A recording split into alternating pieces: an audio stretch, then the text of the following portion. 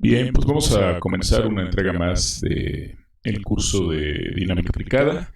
Vamos a ver ahora el tema de fuerzas centrales y vamos a entender lo que ocurre justamente cuando estamos tratando con este tipo de fuerzas de carácter central. Bien, el movimiento de un sistema mecánico que se encuentra formado por dos cuerpos, aquí lo importante es que solamente interactúan dos cuerpos bajo la influencia de una fuerza dirigida según la recta que une a los centros de cada uno de ellos, es decir, es una fuerza de carácter central, es un problema de suma importancia en la física. Y ya que su solución, en este caso, puede determinarse completamente. Aquí es de importancia resaltar que solamente se considera la interacción por pares, no hay interacción por ternas o por cuaterniones de partículas, sino solamente por pares. Y esa fuerza de interacción entre las dos partículas participantes en el problema es, va dirigida o va orientada en la línea que une justamente el centro de cada una de ellas. Es un problema de simetría esférica. Y bueno, entonces esta es una parte importante que ocurre pues en muchos problemas en física. Entre ellos podemos destacar la fuerza gravitacional, considerando la fuerza entre dos objetos, fuerza gravitacional entre dos objetos. Acuérdense que la expresión de la fuerza gravitacional, la ley de gravitación universal de Newton, establece que la fuerza es igual a una constante, que es la constante G de gravitación universal, multiplicada por el producto de dos masas, ¿sí? M mayúscula, N minúscula, dividido entre la distancia de separación entre las masas. Y esa distancia de separación elevada al cuadrado. ¿Sí? Entonces, esto es lo que nosotros tenemos en cierta forma, ¿no? Bien. Ahora, vamos a introducir un concepto aquí interesante que es el concepto de la masa reducida. Entonces dice lo siguiente, ¿no? La participación del sistema de dos partículas, como ya lo explicamos, requiere especificar las tres componentes de cada vector de posición, lo que implica que estamos hablando de seis cantidades, x, y, z para una partícula, x, y, z para otra partícula, estaríamos hablando de tres cantidades. Otra alternativa es indicar que es posible hacer la descripción en términos de las tres cantidades del vector de posición, de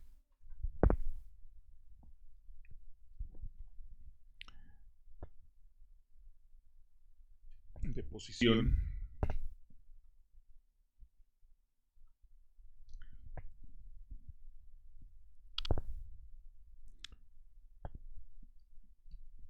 del centro de masa y el vector diferencia entre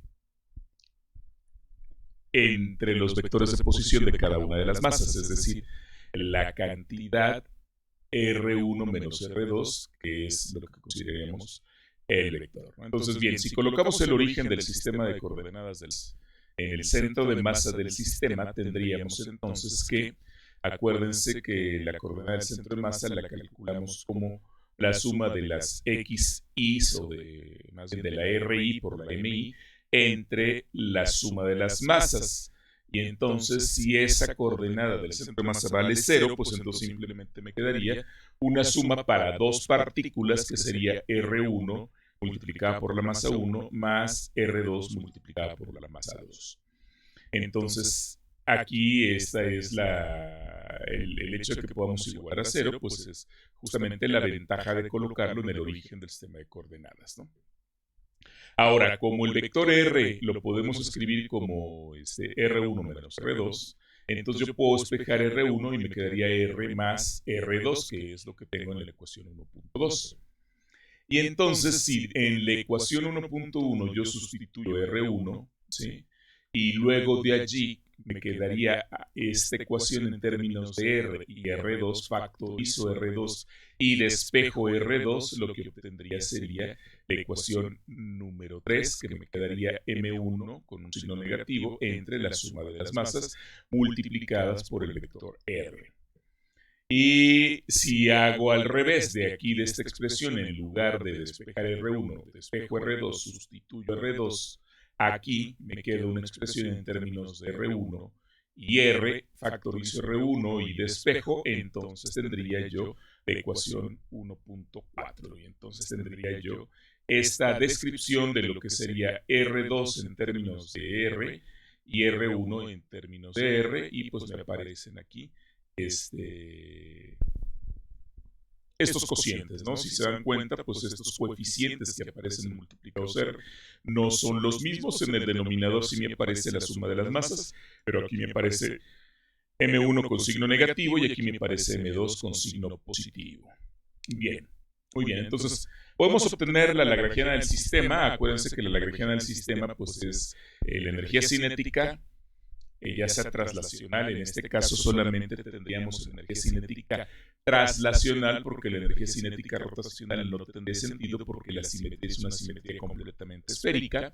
Es decir, estoy tratando con pelotitas, no importa que la pelotita completamente esférica esté dando vueltas, su energía rotacional no contribuye precisamente para el cálculo de la energía. Entonces solamente contribuye la parte traslacional cuando las partículas se están moviendo, ¿no? Entonces, bueno, la lagrangiana del sistema tendría que ser un medio de la masa m1 por r1 punto al cuadrado, que sería la velocidad de la primera partícula, más un medio de la masa m2 por r2 punto al cuadrado, menos UdR, donde UdR es el potencial de interacción. Es decir, la manera en la que la partícula M1 ve a la partícula 2 o la partícula 2 ve a la partícula 1. Como solamente es una forma en que interactúan estas dos, pues esta desde luego depende de R, donde R es la distancia que hay entre las partículas. Entonces, este potencial de interacción es un potencial radial solamente, es decir, solamente depende de la distancia de una de las partículas en relación con la otra partícula. Y entonces, bueno, pues esta es energía cinética de las dos partículas y energía potencial entre las partículas. No hay otra clase de energía potencial, en este caso no habría una energía de otra categoría, solamente esta energía potencial. Bien, entonces, si introducimos R1, que sabemos que R1 es esto que aparece aquí, y evidentemente aquí yo tendría que derivar R1, las masas no se derivan, me quedaría la derivada de esta cosa, y derivar esta cosa me quedaría la derivada de... Y luego lo tengo que elevar al cuadrado, y entonces ese resultado pues me quedaría justamente lo que yo tengo aquí. Entonces, lo único que hicimos fue introducir R1 punto y R2 punto derivado de estas expresiones, y una vez derivado, elevado al cuadrado, y entonces me queda este término al cuadrado y y la R al cuadrado, y la R al cuadrado, y el término, que sería menos M1 entre M1 más M2, va elevado al cuadrado, y luego van multiplicados por un medio de la masa 1 y por un medio de la masa M2, ¿no? Entonces ahí los tenemos. Muy bien. Entonces, pues ahora lo que tenemos que hacer es elevar al cuadrado esta cantidad, elevar al cuadrado esta cantidad, elevar al cuadrado esta cantidad y meter la M1 que aparece aquí, pues entonces me queda este término y va multiplicado por este término al cuadrado.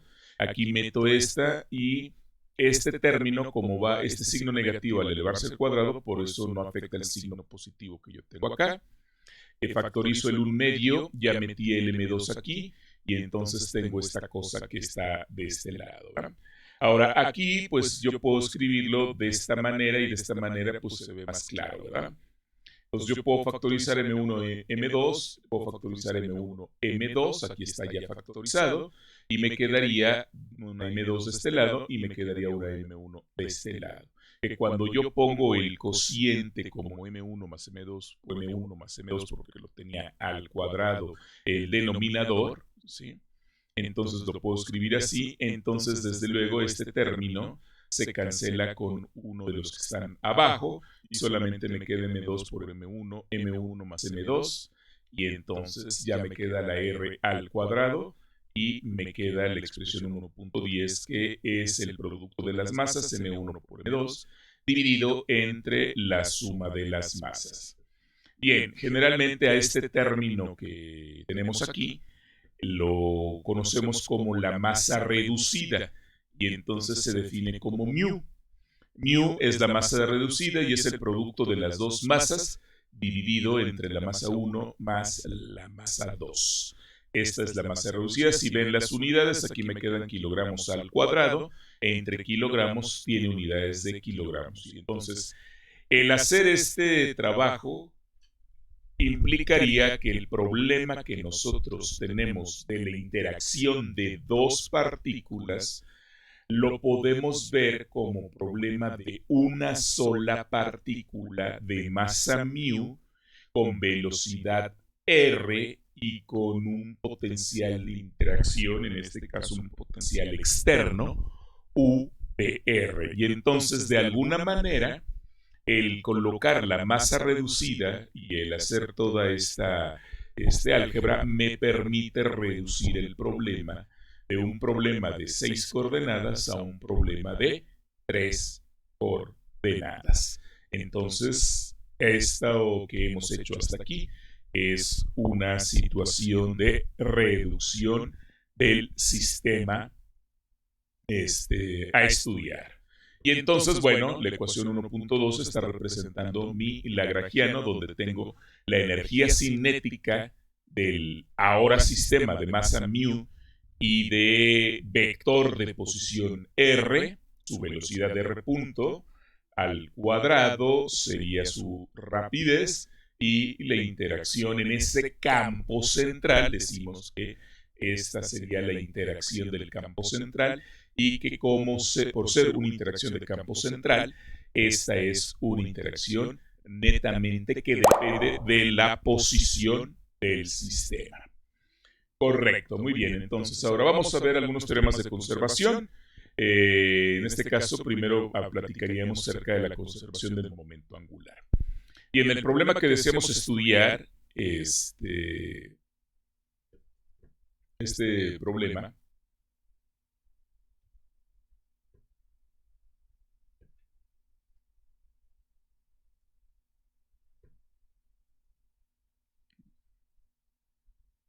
déjenme cerrar algunas cosas que me están espantando aquí, porque me hacen ruido. Ya. Bien, el problema que deseamos estudiar, ¿no? Primero, supondremos que está formado por una sola partícula, que es lo que les acabo de comentar, y esta partícula evidentemente tiene una masa mu.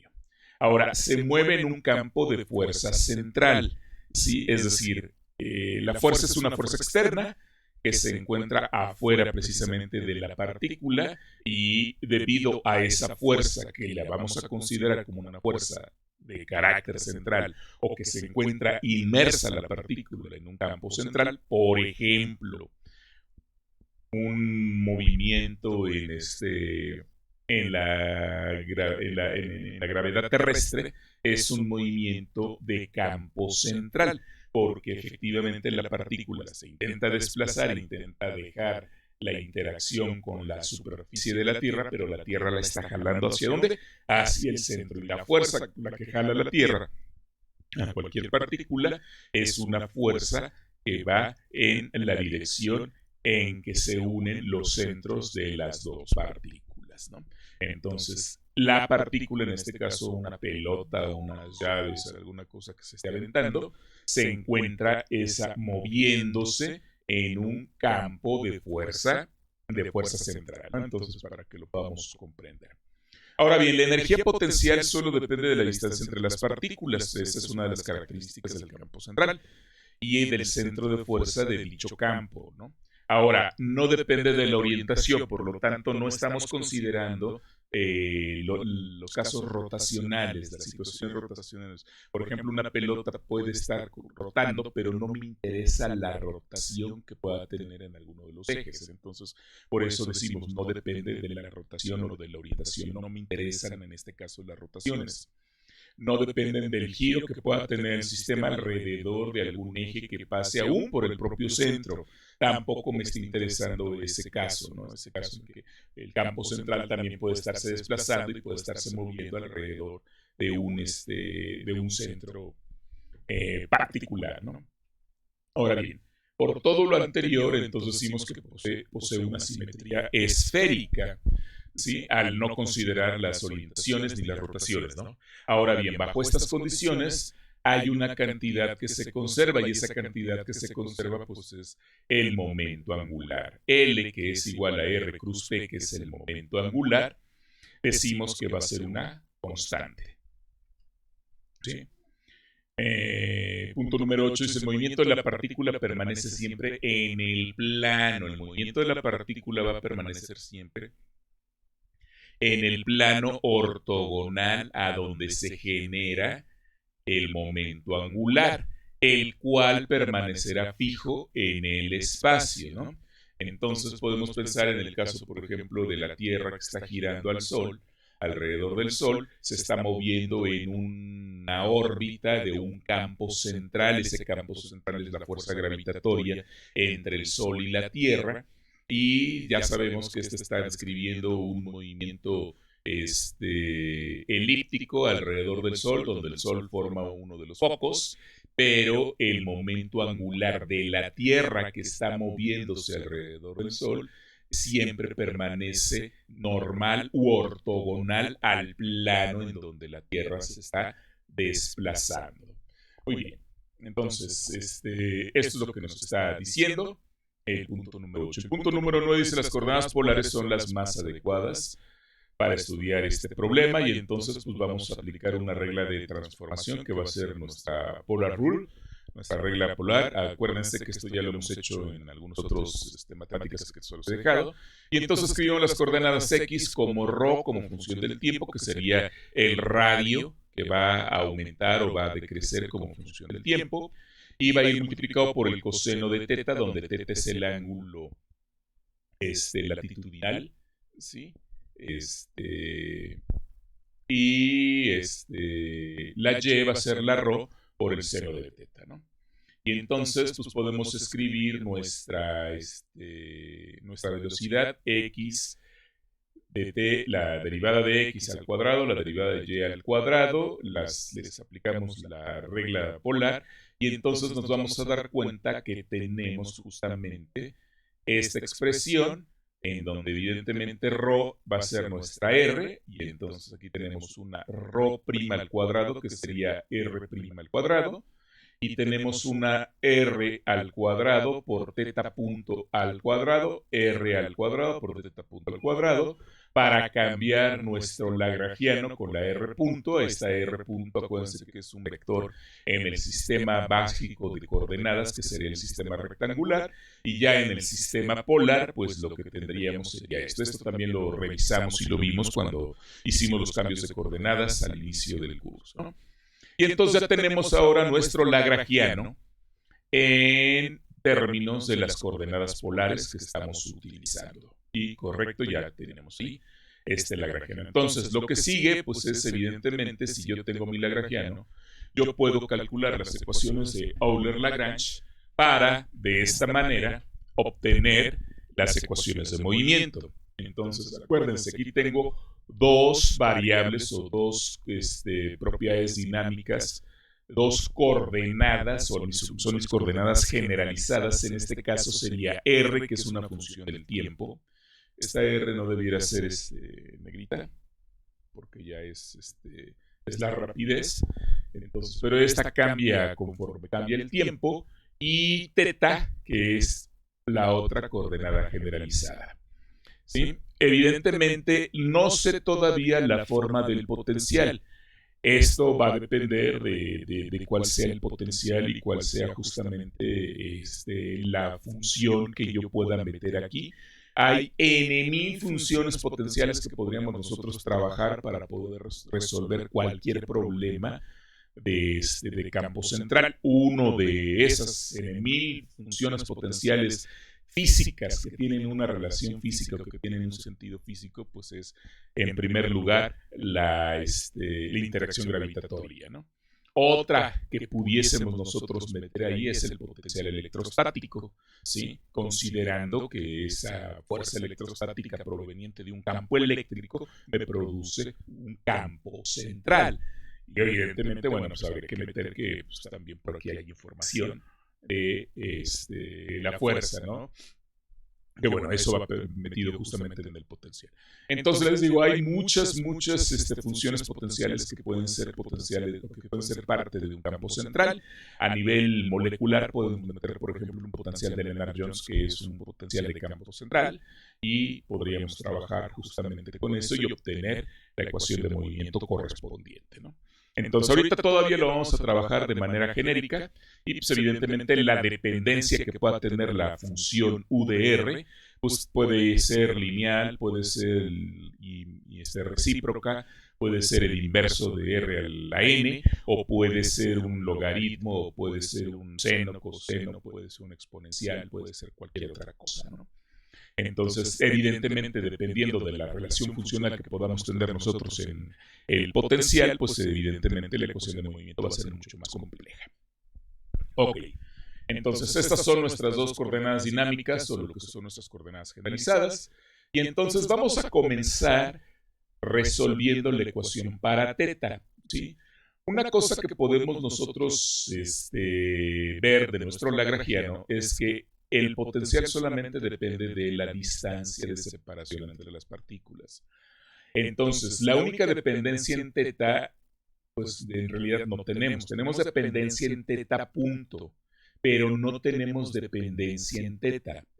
Entonces, aquí lo que nosotros debemos de saber muy bien es que cuando un lagrangiano no tiene dependencia en una de las coordenadas generalizadas, sino que solamente tiene dependencia en la derivada de una de las coordenadas generalizadas, esa coordenada generalizada se dice que es una coordenada cíclica, se dice que es una coordenada ignorable. Los dos términos son sinónimos, que sea cíclica o que sea ignorable. Ahora bien, si es una coordenada cíclica, quiere decir que entonces este primer término que aparece aquí debe ser cero, porque el lagrangiano no depende de quién. En este caso no depende de teta. Entonces, este primer término es cero. Por lo tanto, si este primer término es cero, pues entonces como esto es cero, también todo este término también debiera de ser cero, que es nuestra ecuación 1.17, ¿sí? Entonces, ahora, si yo calculo la derivada de L con respecto a teta punto, la derivada de L con respecto a teta punto, este término no depende de teta punto, este término sí depende de teta punto, se queda la R cuadrada, el 2 va a cancelar este 2, entonces solamente me va a quedar mu, R cuadrada y teta punto, ¿sí? Que sería justamente este término que yo tengo aquí. Ahora, esta ecuación lo que me está diciendo es que la derivada total de esto que yo tengo aquí colocado en azul, dice que la derivada total de esta cosa tiene que ser cero.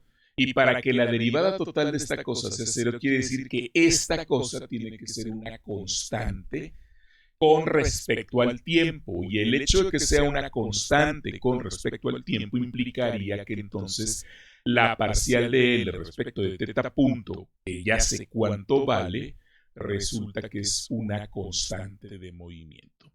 ¿Qué constante de movimiento es? Pues es nada más ni nada menos que el momento angular. Y por eso la hemos definido como P de teta. P de teta es el momento angular. Y encontramos una primera ecuación de movimiento en donde obviamente a partir de esta ecuación de movimiento, ¿sí? Yo sé que ocurre esto, entonces a partir de esta ecuación de movimiento es la que se conoce como una primera integral. Es la primera integral, es decir, yo conociendo este valor constante, conociendo la masa y la distancia que hay entre las partículas al cuadrado, yo puedo despejar teta, ¿sí? Muy bien. Entonces, este es el momento generalizado en teta y lo que hemos dicho es que este momento generalizado debe de ser constante. ¿Sí? Entonces, lo cual resulta ser una primera integral del movimiento con valor constante. Muy bien, ¿cuáles son las consecuencias de este resultado? Pues bueno, parte de las consecuencias de este resultado es que si nosotros describiéramos la trayectoria del vector r de t, el vector r de t debe barrer una área dada por la derivada de a, que sería la diferencial de área, debe ser igual a un medio de r cuadrada por la diferencial de teta. ¿Sí? Esto es como si tuviésemos un triangulito, prácticamente un triangulito infinitesimal, y el área de ese triangulito pues sería la base, que sería de teta, por, la base que sería r, que sería base por altura sobre 2, ¿no? Entonces sería base por altura entre 2. Este es la base sería r, ¿sí? R de teta sería la altura y dividido entre 2 me daría el área de ese triangulito, ¿sí? Eso es lo que tendríamos, ¿no? Entonces ahora, si esta expresión la derivamos con respecto al tiempo, la derivada de a con respecto al tiempo, pues esto me debe de dar una velocidad de cómo va barriendo el área el vector r, ¿sí? Acuérdense que el movimiento va siendo en un plano en donde el momento angular se va a ser ortogonal a ese plano en el que se está llevando a cabo el movimiento. Entonces, al derivar con respecto al tiempo, tengo aquí yo una velocidad que se conoce como la velocidad aerolar. Y entonces el 1 medio de r cuadrada aquí me queda, y me queda la derivada de teta con respecto al tiempo. Y la derivada de teta con respecto al tiempo, pues simplemente yo sé que es teta punto. ¿Sí? Entonces, ahora bien, si yo sustituyo lo que vale teta punto, que yo teta punto lo tengo acá, que sería p de teta sobre mu r cuadrada, entonces aquí sustituyo p de teta sobre 2 veces mu, ¿sí? Y me queda una r cuadrada. Con esta r cuadrada, pues se va la r cuadrada y entonces resulta que el área que va describiendo por unidad de tiempo tiene que ser una constante. ¿Sí? Entonces, la derivada de a con respecto al tiempo es la llamada la velocidad aureolar, y la ecuación 1.23 muestra que dicha velocidad es constante en el tiempo. Y está relacionada con la conservación del momento angular. Aquí está el momento angular, ¿sí? En la dirección ortogonal del plano donde se realiza el movimiento. Tal resultado fue obtenido por Kepler de forma experimental al establecer la segunda ley de Kepler. Entonces, pues bueno, esta es la implicación o las consecuencias del resultado de tener un lagrangiano con coordenada cíclica o coordenada ignorable. Muy bien, vamos con la conservación de la energía, ¿no? Entonces, ya construimos el lagrangiano, ahora podemos construir la energía. Sabemos que la energía es la energía cinética más la energía potencial. Entonces, a diferencia del lagrangiano, en lugar de tener un signo negativo aquí, lo que tenemos es un signo positivo.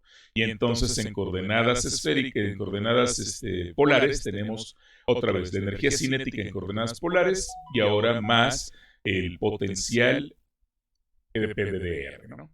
Ahora, pero como yo ya conozco cuánto vale teta punto, que fue el resultado que obtuve de la primera ecuación de movimiento de Lagrange, entonces puedo sustituir teta punto y lo sustituyo aquí, y entonces obtengo esta expresión, p de teta al cuadrado sobre mu cuadrada, esta r me quedaría la cuarta, aquí me queda r cuadrada al cuadrado, me queda r la cuarta, pero se va a cancelar una r cuadrada con esta r cuadrada de acá, y entonces obtengo este resultado.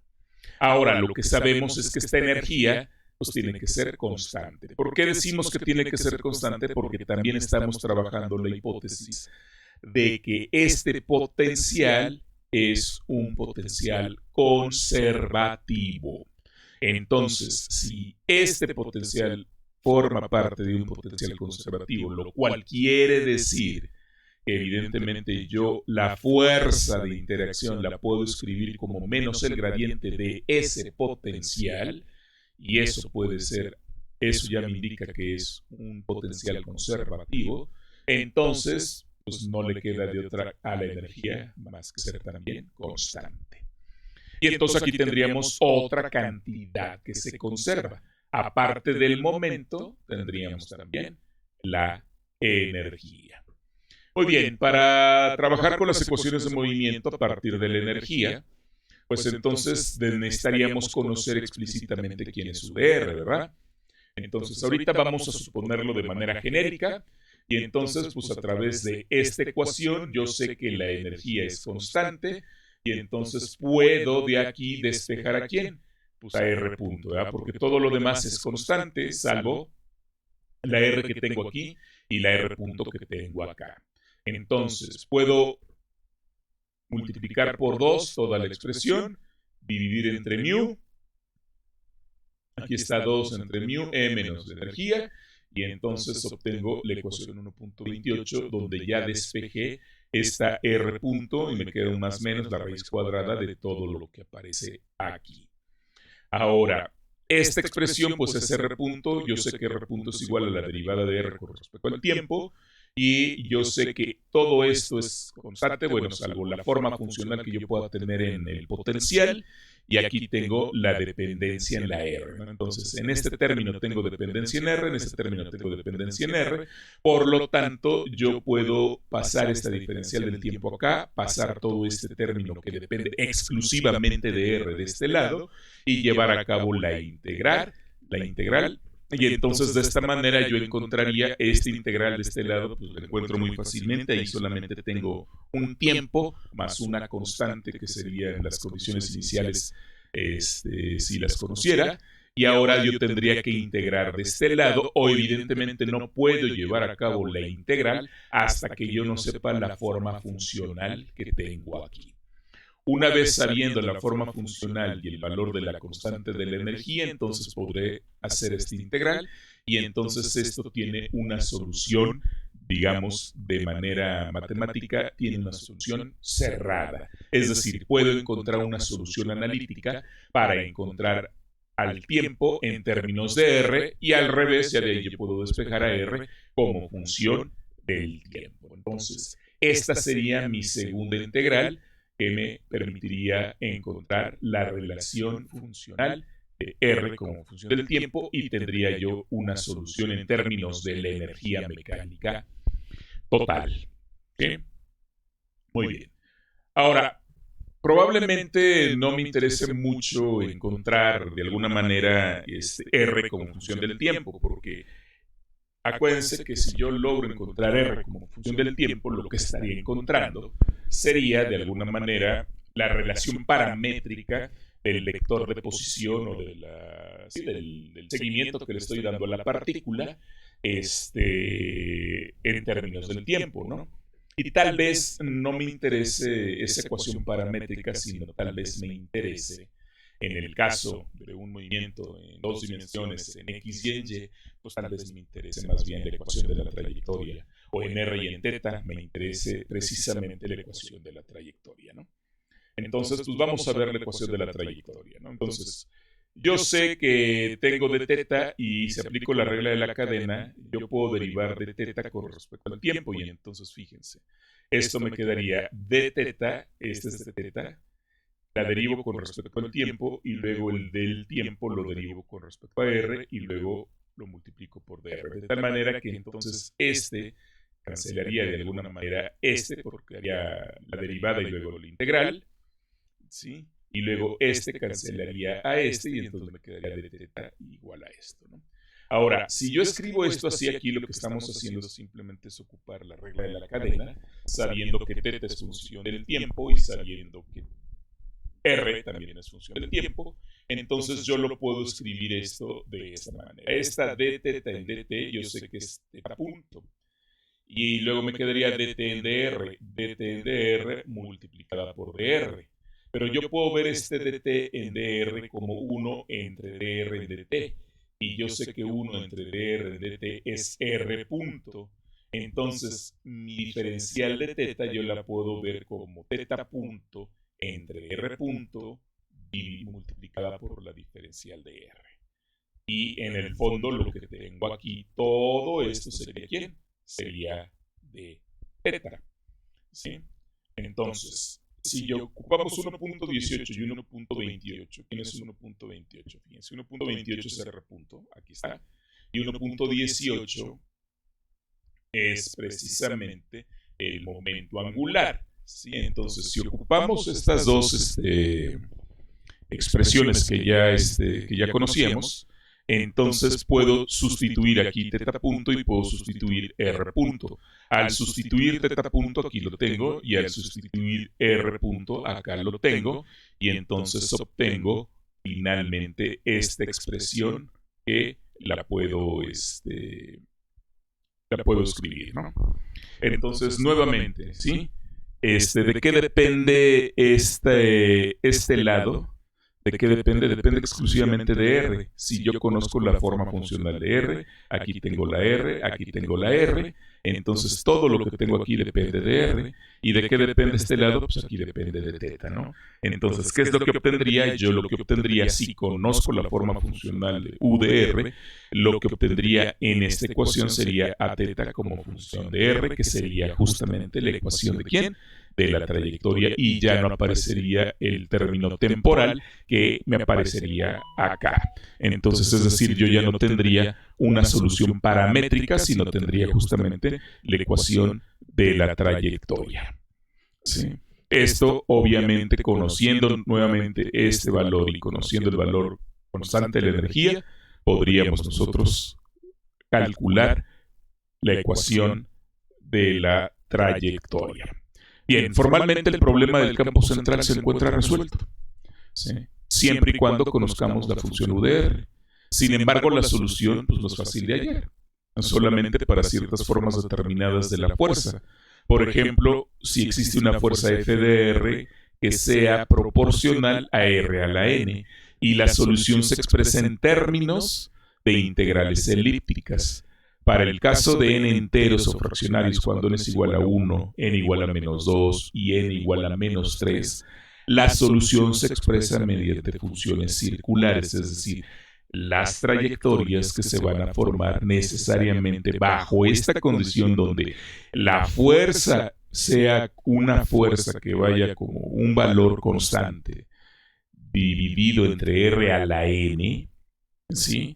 Y si n vale 1, si n vale menos 2 o si n vale menos 3, entonces bajo esas condiciones siempre vamos a tener soluciones circulares. Es decir, la trayectoria que va a describir la partícula de masa μ en ese campo de fuerza central siempre va a ser un círculo.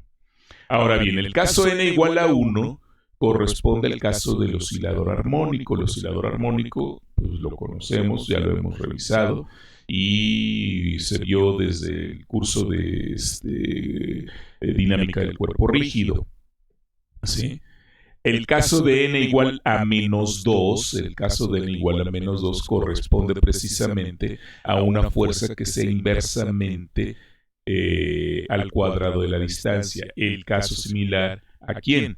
A una fuerza gravitacional o a una fuerza electrostática tipo coulombica. ¿Sí? Entonces, evidentemente este tipo de fuerzas son importantes ¿en dónde? Importantes en la física y tienen una trascendencia, ¿verdad?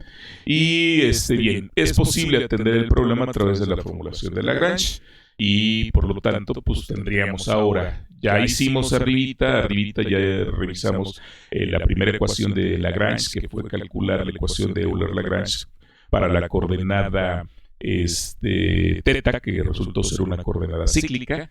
Bueno, pues para completar el cuadro y ver que podemos obtener una solución también, entonces tendríamos ahora que calcular la ecuación de Lagrange para la segunda coordenada que tenemos, que sería la coordenada R, en este caso la coordenada radial.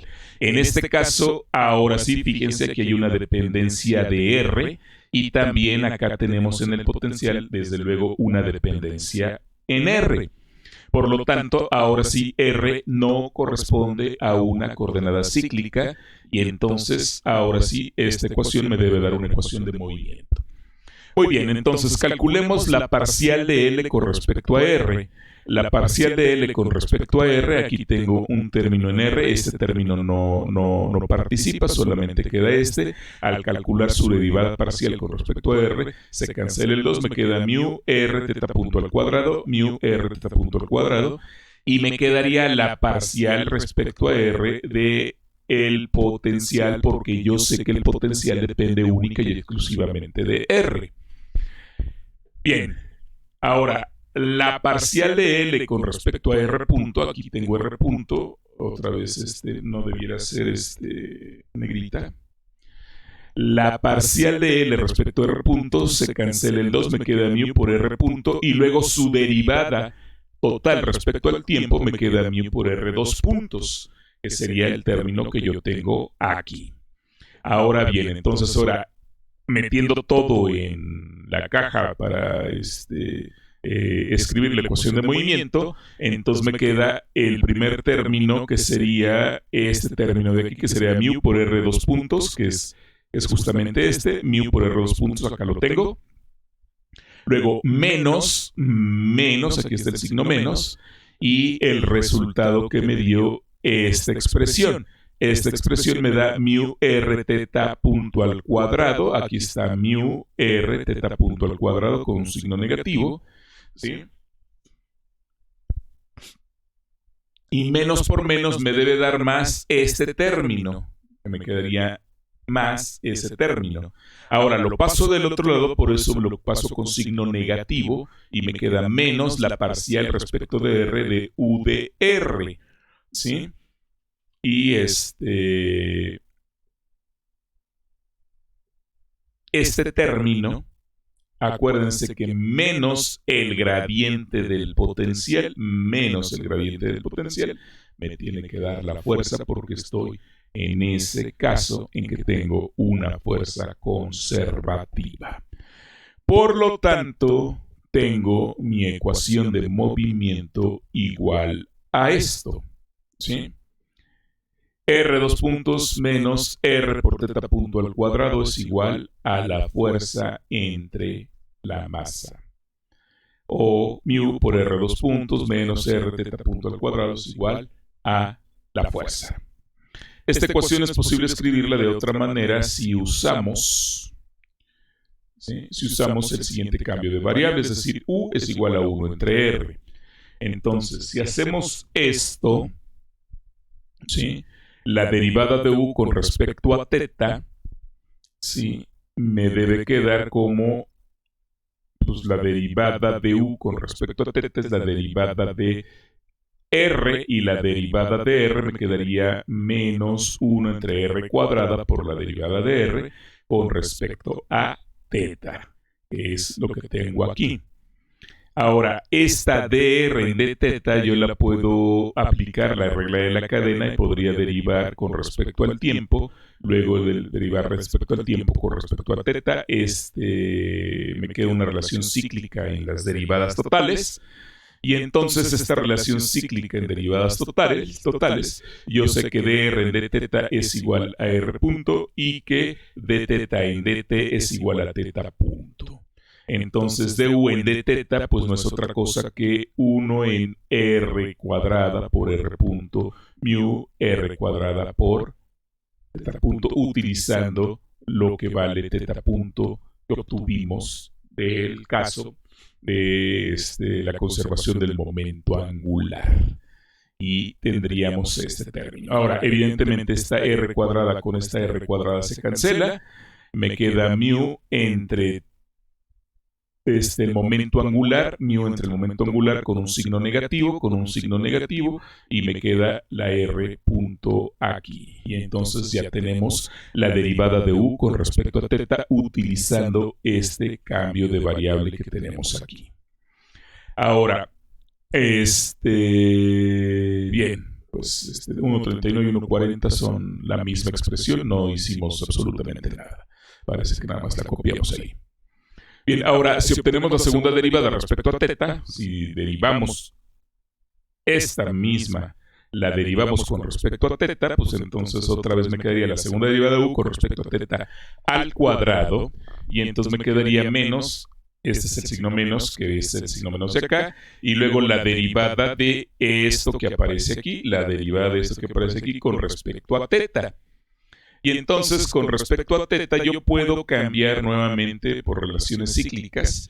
Puedo cambiar que la derivada con respecto a teta es igual a la derivada del tiempo con respecto a teta por la derivada respecto al tiempo.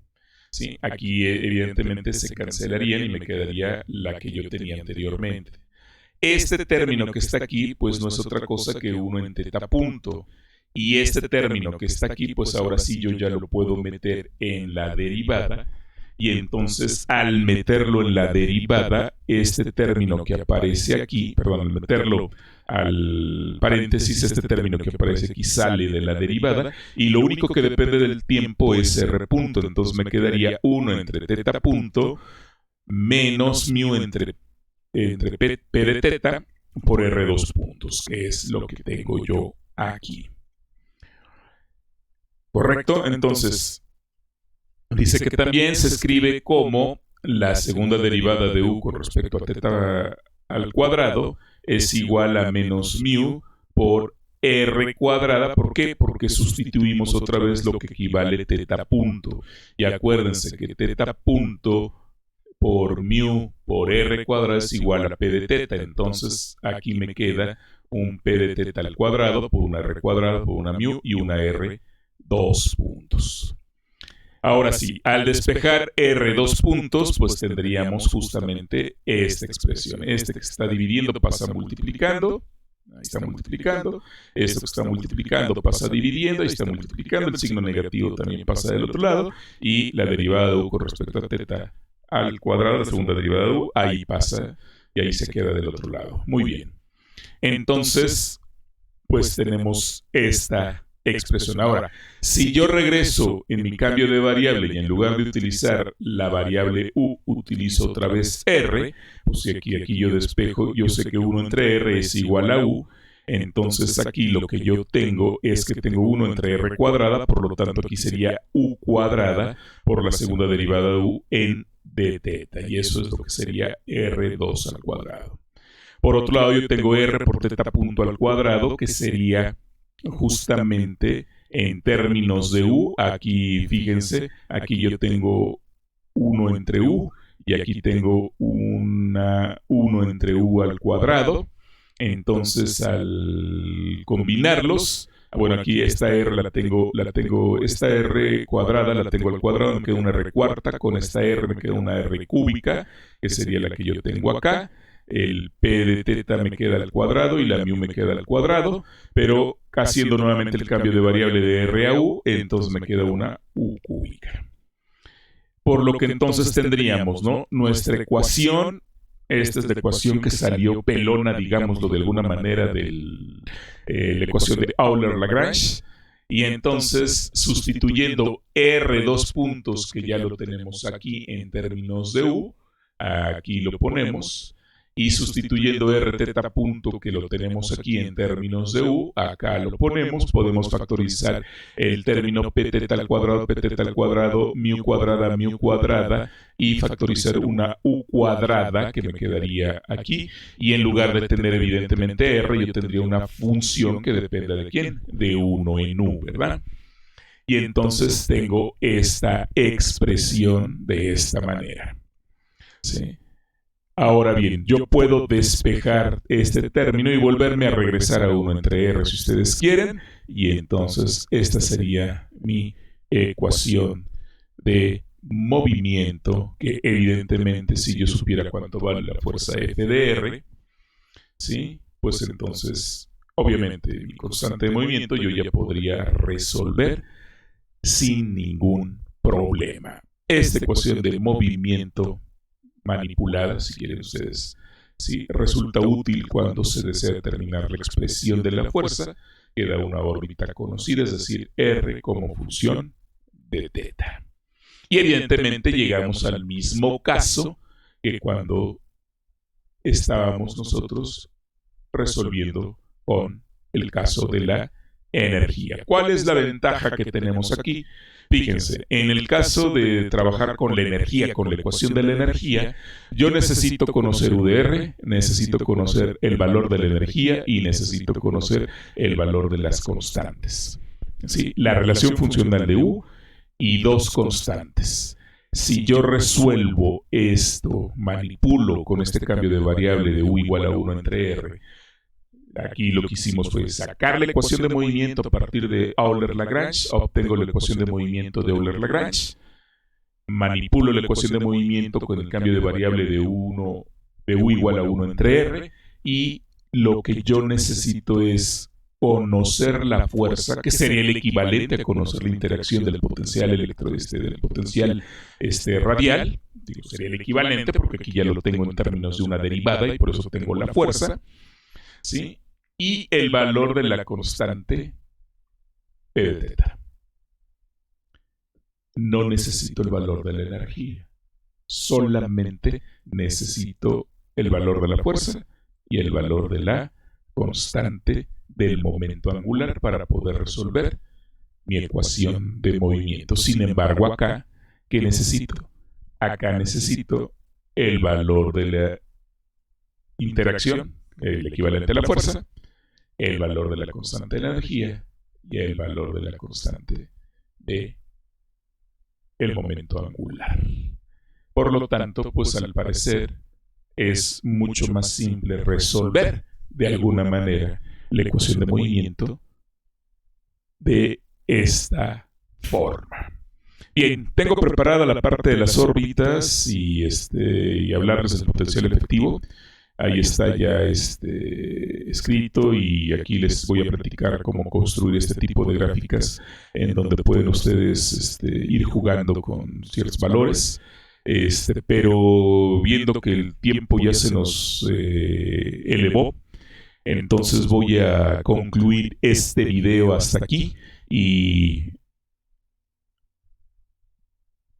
posteriormente les platicaré acerca de las órbitas y tendré tiempo de preparar la siguiente parte que tiene que ver con justamente el obtener la solución analítica de las ecuaciones y llegar a la conclusión de que las órbitas que podemos obtener son precisamente órbitas elípticas que bajo ciertas condiciones, como ya vimos anteriormente, pueden ser también órbitas circulares. Muy bien, con esto yo creo que también ya tienen la información bastante disponible para que comiencen a resolver la tarea que les dejé para esta semana.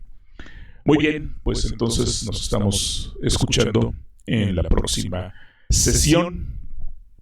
Nos vemos después. Chao.